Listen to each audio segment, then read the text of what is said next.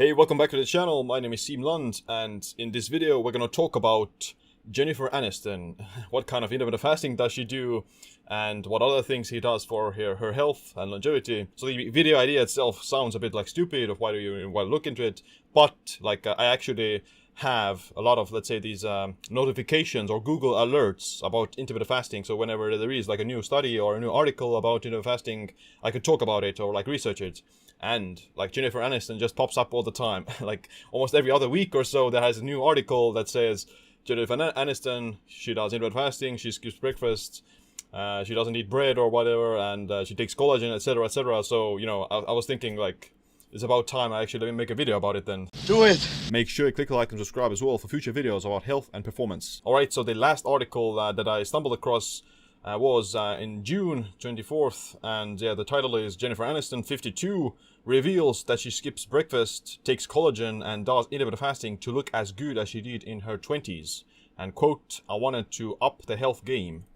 And yeah, this is the picture of the kind of before and now. So this is her in 20s and now 52. So yeah, you know, you can definitely see that, you know, she does look a bit older. You can definitely say that she's maybe in the 40s. But yeah, she does definitely look very, you know, good for someone in her 50s. And I think a lot of people are, you know, amazed by that. Turns out the blonde beauty skips breakfast, does intermittent fasting, and has taken up Pilates again as she continues to have a thriving Hollywood career. So yeah, she does intermittent fasting, and I think that she does the regular 16-8 method, that she skips breakfast. She says, I kind of naturally do intermittent fasting just because I'm not a breakfast person. She said with the publication, I just like a cup of coffee and my collagen. So, you know, yeah, apparently she skips breakfasts and maybe has like 2 meals a day or something, and takes the collagen in the morning with the coffee. So, you know, technically the collagen, it still has calories, it's gonna break a fast, etc. But, you know, I personally, like, I'm really not worried about that, and I don't care either. Like, if you are taking something that has even a bit of calories, then it's just fine, especially when it comes to like weight loss. It doesn't really matter if you do have like small things that have a bit of calories, if you're still at a calorie deficit by the end of the day, because that's the most important thing that it comes to weight loss. If something helps you to stay at a calorie deficit, go for it. And I actually also made like a ton of videos about, you know, why fasting may have like these longevity and anti-aging benefits, that it slows down the aging process biologically, turns on these many other longevity pathways in the body, like sirtuins, helps with NAD, phosphoproteins, AMPK, stem cells, autophagy. All those things have these longevity boosting benefits, and fasting is one way of basically activating that. So you don't need to do fasting to activate them, but it's one of the easiest ways, or like, let's say, more efficient ways of doing so, because like you literally have to do nothing. You don't have to eat anything, you don't have to do any crazy exercise. You just have to basically skip some meals and do this time restricted eating, and you're gonna turn on these pathways to a certain extent. Nice. There's also studies about how autophagy and, you know, fasting potentially could also have like benefits on the skin, or like wrinkles and things like that for this anti-aging look, because she doesn't look like she has done like plastic surgery or something. She looks, you know, like a normal person. She doesn't look like she has had surgery, and she looks very similar to when she was in 20s, although she may have like a little bit more wrinkles, which is, you know, natural. But yeah, the autophagy process has these benefits on the skin and the collagen structures as well. So it kind of supports the fibroblasts that are basically like this scaffolding for the collagen. Fasting isn't the only thing that activates autophagy. Calorie restriction does it. If you're eating moderate amount of calories, you're not overeating, you're not obese, then you will still see some autophagy. It's just that with the age, you may basically experience a bit less of it. Like, it's more like the amount of damage you accumulate with age exceeds the amount of repair that you can do with autophagy. So things that could boost the autophagy process above the basal levels could have like some, let's say, therapeutic effect on skin aging. Jennifer Aniston also says that she takes collagen in her morning coffee. And collagen is like this very trendy thing for anti-aging purposes, so it's supposed to be beneficial for the skin and reduce wrinkles and that sort of thing, or at least like slow down the process of developing those things. But, you know, yeah, and there is like some promising, let's say, results that could indicate that collagen supplementation could be beneficial for things like wound healing and skin aging. But the thing is that, your body can also make its own collagen. It doesn't have to get it from a collagen supplement. Your body does make its own collagen. It's just that with age, again, like similar with autophagy, with age, the older you get, the collagen synthesis decreases. And that's where, you start to experience this accelerated skin aging and things like that. Disappointed! I'm actually going to just check out some of the other people who have kind of compared whey and collagen by Perfect Keto's founder, Dr. Anthony Gustin, who's a good guy, medical, with a medical degree. And just a comparison of like what is whey protein. So whey protein is just a protein that is derived from dairy and is like a whey, but it comprises of different kinds of amino acids compared to collagen. So whey protein has all the BCAAs as well as EAAs, so things like leucine, isoleucine, valine, etc., methionine, and those kinds of things. And it does have like a lot of research about how it improves athletic performance, how it improves appetite suppression, boosts immunity, improves strength, improves muscle mass. It's a very researched supplement in terms of how effective it is. The collagen itself is a bit different, so it doesn't have like BCAAs and EAAs. So collagen is made of primarily glycine, proline, hydroxyproline, and arginine. So those are kind of different amino acids, and they don't have, let's say, a muscle building effect. So because you lack leucine. Leucine is the amino acid that helps with protein synthesis and build the muscle, but you don't get that from collagen. So the glycine and proline and the other amino acids, they are mostly used for like the skin and the tendons and ligaments and those kinds of things.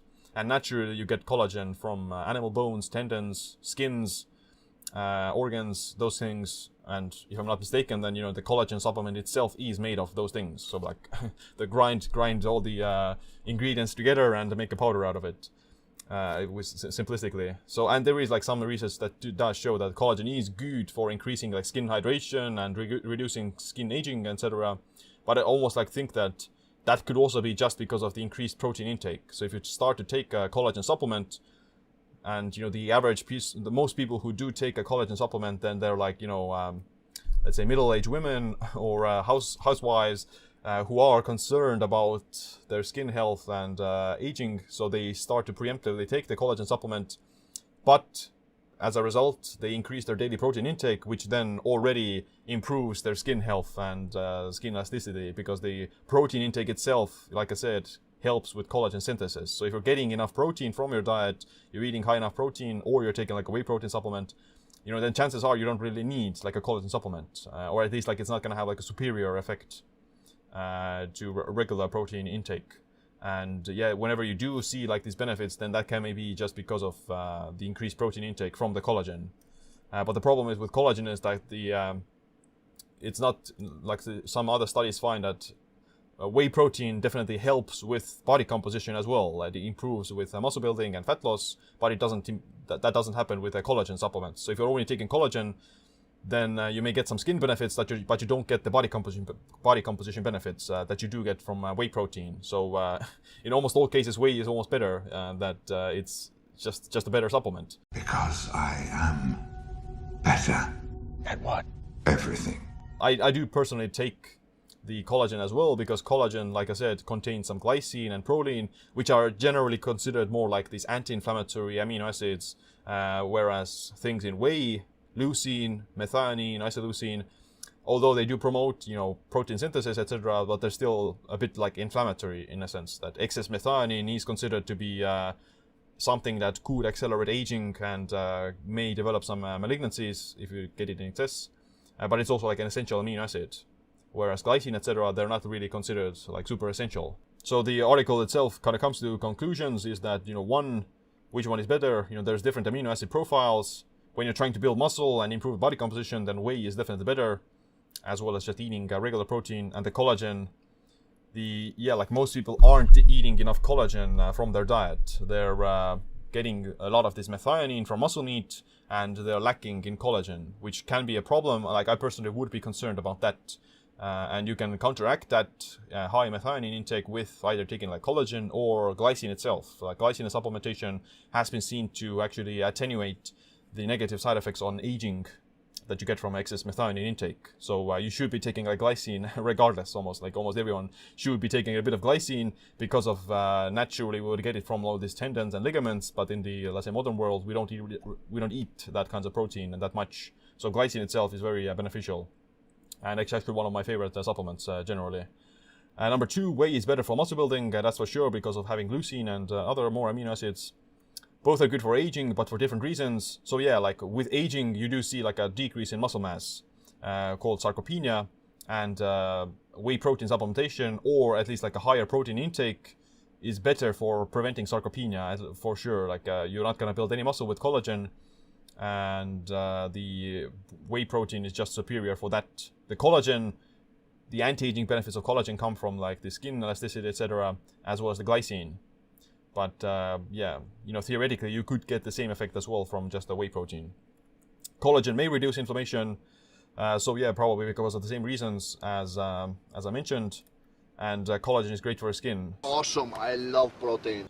All right, that's it for this video. A kind of different, funny video, but yeah, I think it's got some good, valuable information actually that you can definitely apply. So the main thing is that doing some intermittent fasting is a good way to prevent, let's say, excess nourishment and excess calorie intake, which has like anti-aging effects. The fasting also promotes, the longevity pathways in the body that have a, let's say, biological epigenetic effect on aging, reducing the speed at which you age epigenetically, as well as the skin side. So it does have like a benefits on the skin, and as well as a collagen synthesis, or let's say collagen skin elasticity. When it comes to whey protein and collagen, then I don't think that you need to run out and like start taking a collagen supplement. But you probably, or at least not if you're taking a high protein intake. If you're eating enough protein, then you don't need to do that. But if you're eating a very low protein diet, then a collagen supplement, it's going to, you're going to see improvements because of increasing your protein intake. But, at the same time, you could also just eat more protein a little bit. I personally am taking a bit of collagen supplements, not every day, but maybe like every other day. And yeah, I do take it because of like this glycine component to get less of this methionine, and that is generally good for anti-aging and longevity as well. And lastly, resistance training is good. It's going to be beneficial for also slowing down the process of aging, plus the collagen and the bone density and muscle mass that tends to deteriorate with age as well. All right, that's it for this video. I hope you enjoy it. Click like, subscribe as well for future videos like this, and stay optimized, stay empowered.